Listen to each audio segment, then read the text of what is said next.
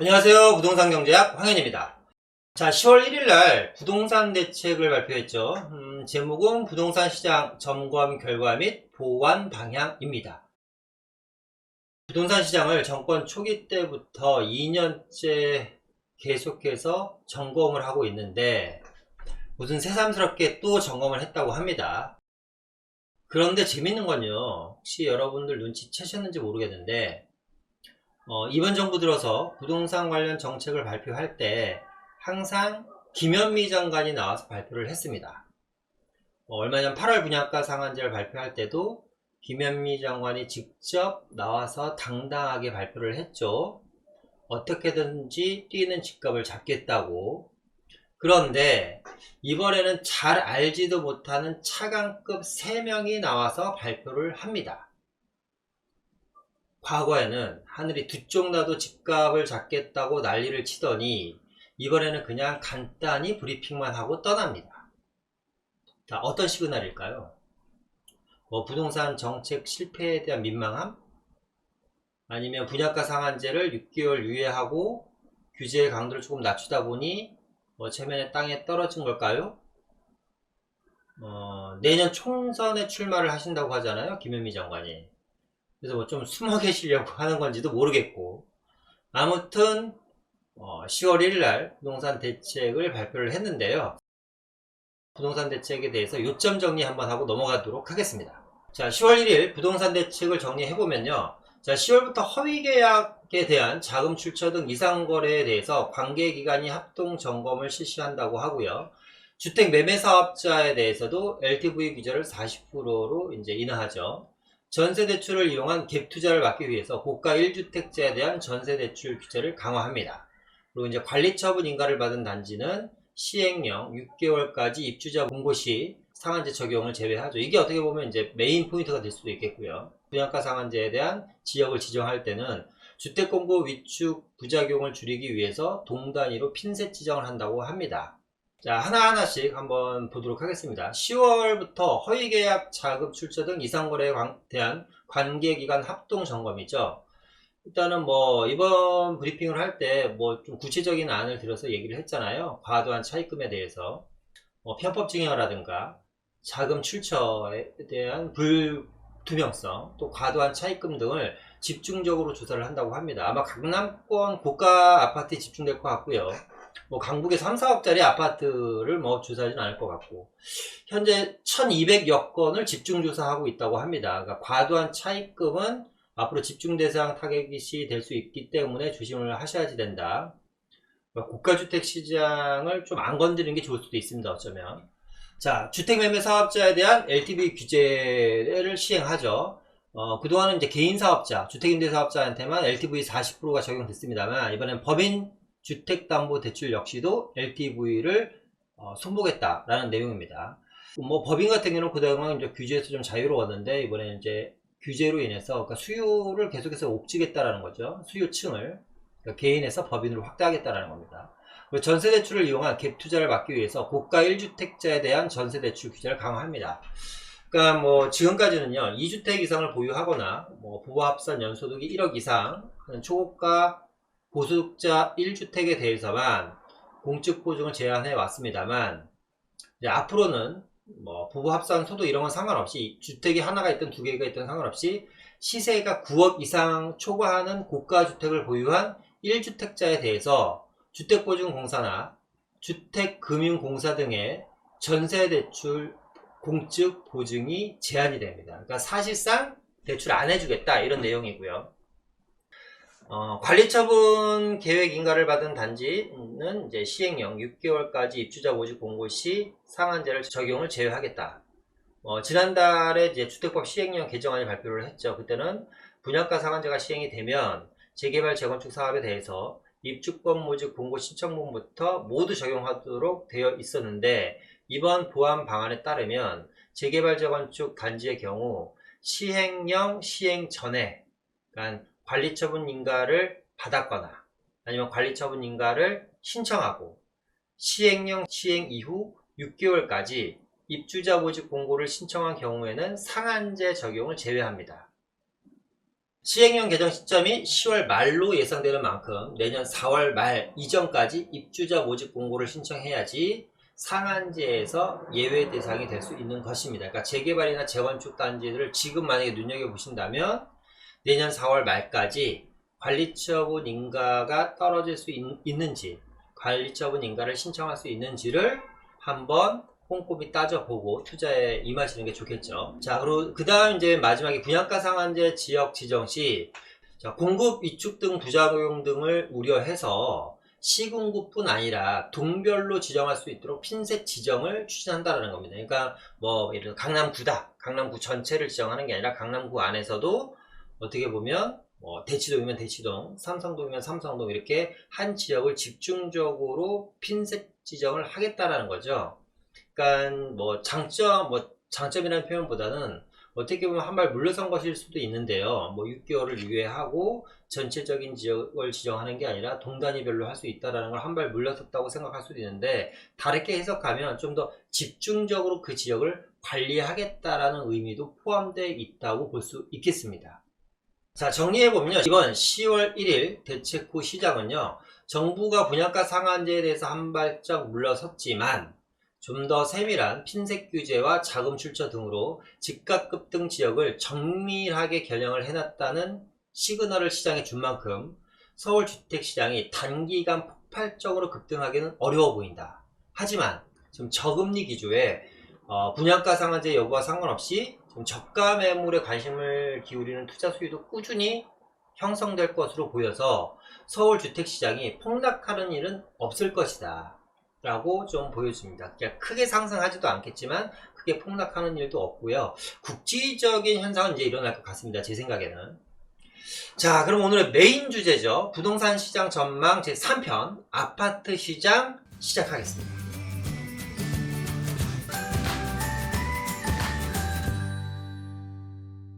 제가 과거를 보면 미래가 보인다고 말씀드렸잖아요. 그래서 과거의 아파트 시세를 단지별로 오늘 몇 군데만 좀 점검해 보겠습니다. 자, 지금 보여드리는 그래프는요, 도곡렉슬 33평형의 2006년부터 2016년 동안의 그래프입니다. 16년 동안의 시세 변동인데요. 자, 보시는 그래프에서 보시는 것처럼 대한민국의 최고 1차 최고점 시절이 2007년도와 2008년도 사이입니다. 이때 도곡렉슬이 15억 정도로 가격이 형성이 됩니다. 2008년 이후 이제 분양가 상한제가 실시가 되잖아요. 그때. 그 다음에 리먼 사태가 터집니다. 분양가 상한제와 리먼 사태의 영향으로 1차 하락을 맛본 후 4년간 보합장으로 흐르죠. 그 이후에 2014년도에 바닥을 찍고 반등하기 시작합니다. 2014년도에 바닥 시세가 12억 원. 그러니까 7년간 3억 정도가 떨어지는 거고요.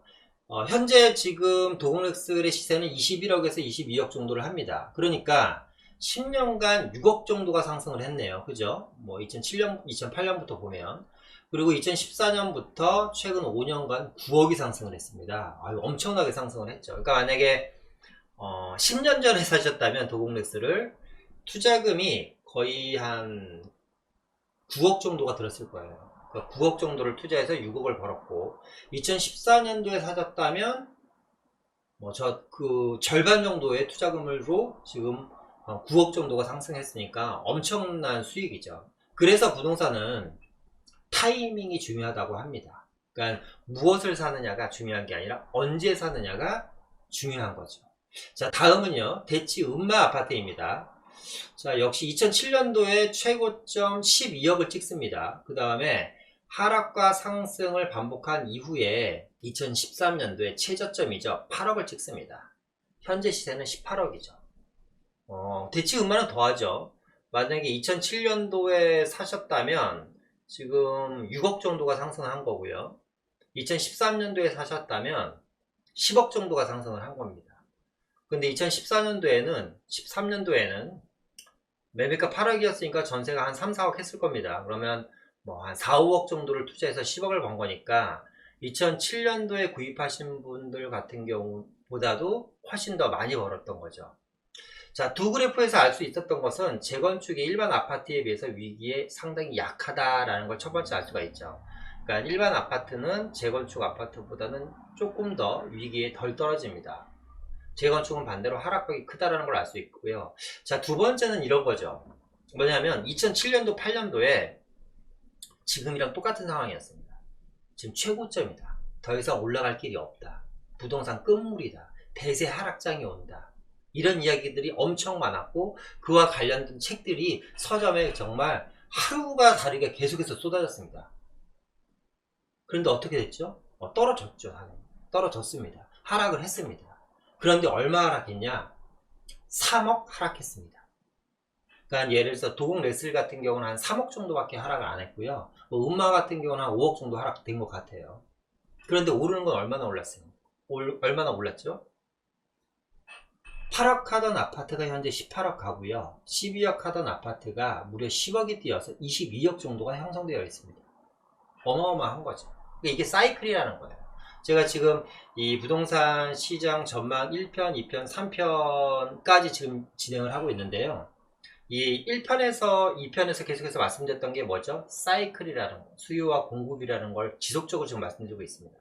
자, 이번에는요, 강북 아파트이고요. 강북의 뭐 대장주 아파트가 아니라 일반 아파트입니다.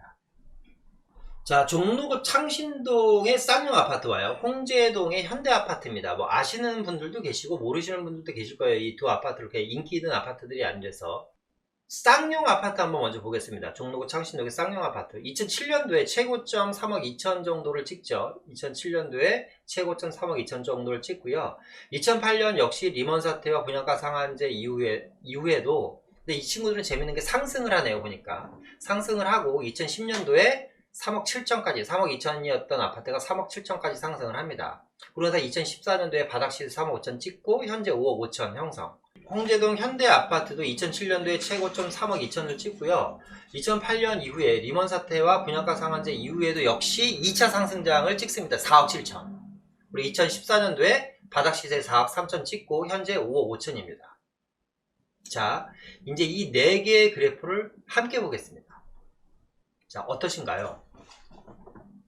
같은 상황에서 다른 시장이 존재하는 것이 보이나요? 자, 2008년도에 분양가 상한제가 시행이 됐고요. 리먼 사태를 맞이했습니다. 강남권의 도곡 렉슬과 대치동 음마 아파트, 이 고가 아파트는요, 2007년도 6년도에 최고점을 찍고요. 2008년 분양가 상한제가 실시하면서 바로 하락을 합니다. 그 다음에 보합 상태로 들어가죠. 그래프를 보시면 2013년도과 2014년도에 도곡 렉슬과 대치 음매는 각각 최저점을 찍습니다. 그리고 2014년도에 분양가 상한제가 해지되면서 다시 반등을 하기 시작한다는 거죠. 자, 그런데 같은 상황에 창신동 쌍용 아파트와 홍제동 현대 아파트를 보겠습니다. 2006년도와 2007년도 각각 3억 2천씩 최고점을 찍습니다. 1차 최고점이죠. 그리고 2008년도에 역시 분양가 상한제와 리먼 사태가 터지죠. 그런데 신기하게도 이 친구들은 전고점을 돌파해버립니다.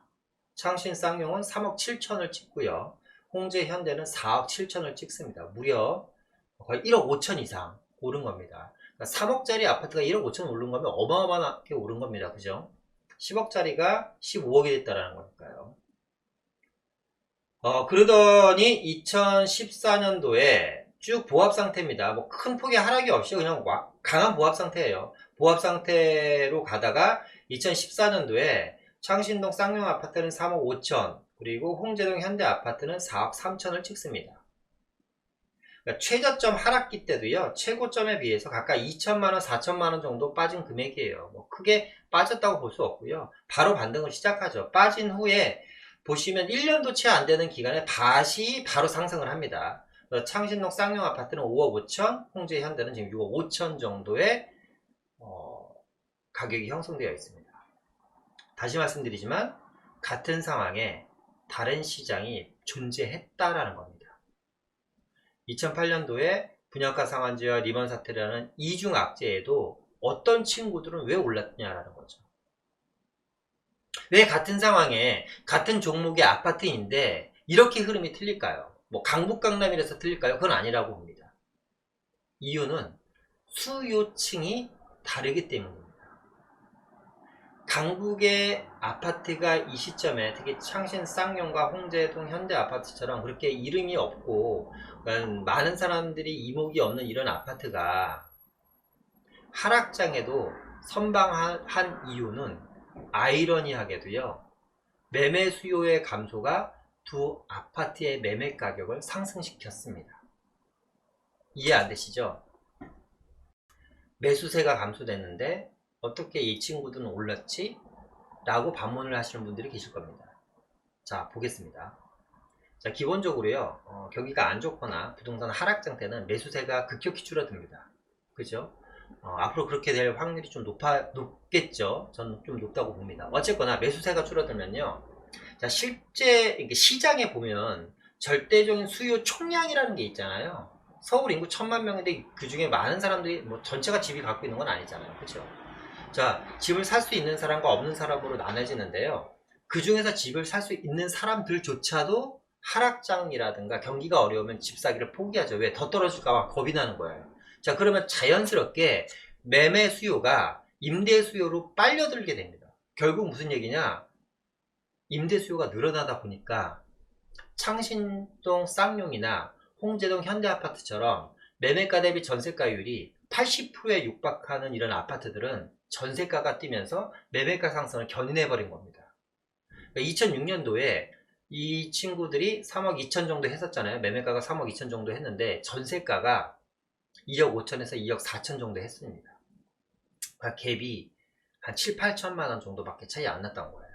그런데 뭐 이 7, 8천 갭을 해서 갭 투자한 사람이 늘어난 게 아니고요, 2억 5천, 2억 4천 하던 전세가가 무려 한 2년이라는 시간 동안 3억까지 치고 올라가 버립니다. 아니, 매매가가 3억 2천인데 전세가 3억 2천이 돼버린 거죠, 이제. 그러니까 어떻게 돼요? 밀려서 올라간 겁니다. 밀려서 그냥. 매매가가 지속적으로 전세가랑 함께 동반 상승을 하는 모습을 보인 거죠.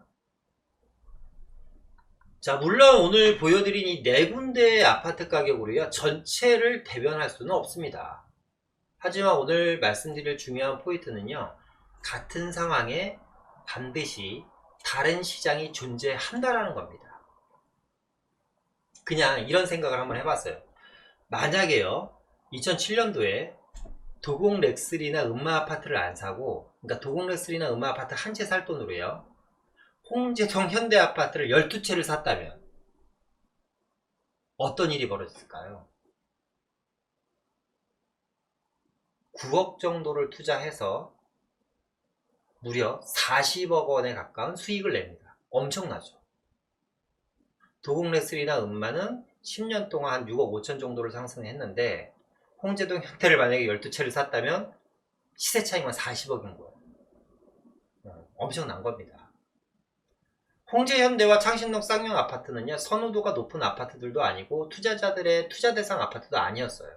물론 지금은 과거와 위상이 좀 바뀌긴 했습니다. 하지만 위기에 상당히 강했고 안전했죠. 이유는 이런 겁니다. 이런 부동산 시장, 이 시장이라는 건요, 자생적으로요, 본인들이 살려고 노력을 해요. 그러니까 승산이 있는 곳에 자금이 몰리게 되어 있고, 내가 위험하다 싶으면 기다리는 거죠. 뭐 기다리는데 그냥 기다립니까? 길에서 기다릴 수는 없으니까 어떻게 해요? 거주할 집이 필요한 한 거죠. 그죠? 상승장일 때와 보합장일 때, 또 하락장일 때, 제가 이렇게 분석을 해보니까요, 선호 종목과 선호 지역이 계속해서 바뀌게 됩니다. 물론 상승장일 때는 뭐 어떤 걸 사도 상승을 하죠. 하지만 하락장일 때는 많은 사람들이 어떻게 하죠? 안전자산 쪽으로 갑니다. 안전하다는 건 뭐죠? 서울에 괜찮은 아파트들 중에서 갭이 작은 것들이 좀 안전하겠죠. 그죠? 그리고 현재같이 불안정한 시장에는요, 투자금이 많이 드는 고가 아파트 시장보다는 전세가율이 높고 그동안 저평가되어 있던 아파트들이 의외로 반등을 할 수가 있습니다. 자, 위기에 강한 아파트 투자법 한번 말씀드려보겠습니다. 첫 번째, 가격이 낮은 서울 역세권의 대단지 아파트를 선점하십시오. 이런 아파트가 어디 있어? 있습니다. 충분히 있습니다. 네. 그리고 두 번째, 소형 아파트 위주로 전세가율이 높은 아파트. 세 번째, 좀 피해야 될 지역입니다. 여기는 1, 2기 신도시라든가 경기도권의 아파트는 현재 상당히 어떻게 보면 좀 위험하다고 생각이 듭니다. 저는 특히 3기 신도시 인접 지역은 뭐 피하는 게 맞을 것 같고요. 네 번째는요, 대형 아파트인데요. 소형 아파트에 비해서 저평가된 대형 아파트가 있어요. 그러니까 만약에 이 아파트 단지를 이제 검토를 하는데, 내가 A라는 지역의 아파트를 사려고 갔는데 20평대, 30평대, 40평대가 있을 거 아니에요. 그래서 20평대가 5억, 30평대가 7억, 40평대가 7억 5천에서 8억 정도 하는 아파트들이 있어요. 그러니까 3, 40평대 가격 차이가 거의 안 나는 거죠. 근데 3, 40평대 가격 차이가 안 나는 아파트의 전세가를 한번 보시면요, 신기하게도 전세 가격이 30평대와 40평대가 거의 차이가 없습니다. 2, 3천, 1, 2천만 원 정도밖에 차이 안 납니다. 제가 말씀드린 이런 유형의 대형 아파트는 무조건 오릅니다. 제가 이제 작년, 재작년에 소형이 엄청나게 많이 뛸 때 고객분들한테 이제 대형 아파트를 좀 많이 추천을 해드렸거든요. 신기하게도요, 대형 아파트가 매매 가격은 비싸잖아요. 전세가가 높다 보니까 2, 3년 전 얘기하는 겁니다. 소형 아파트보다 투자금이 덜 들어요. 그러니까 당연히 수익률이 높아졌겠죠, 투자 수익률이. 근데 지금도 일부 지역에서는, 서울 안에서도 소형 아파트에 비해서 저평가된 대형 아파트들이 있다. 그걸 좀 눈여겨보셨으면 좋겠고, 특히 이제 고가 아파트 시장은요, 그러니까 강남권이죠. 특히 재건축 아파트 같은 상품들은 좀 조정장을 기다리자. 당연히 현금 보유는 필수고요. 수도권이라든가 뭐 지방에 있는 아파트, 아니면 서울 안에서도 크게 상승할 여력이 없는 아파트들은요, 여러 주택을 보유하고 있다면 지금 던지시고 현금 보유가 어쩌면 필요한 시점일 수도 있습니다. 왜? 기회는 반드시 다시 오기 때문에. 그죠? 여섯 번째, 도시철도라든가 GTX 등 신규 철도 노선을 좀 눈여겨보셨으면 좋겠습니다. 그러니까 예를 들면 이런 거죠.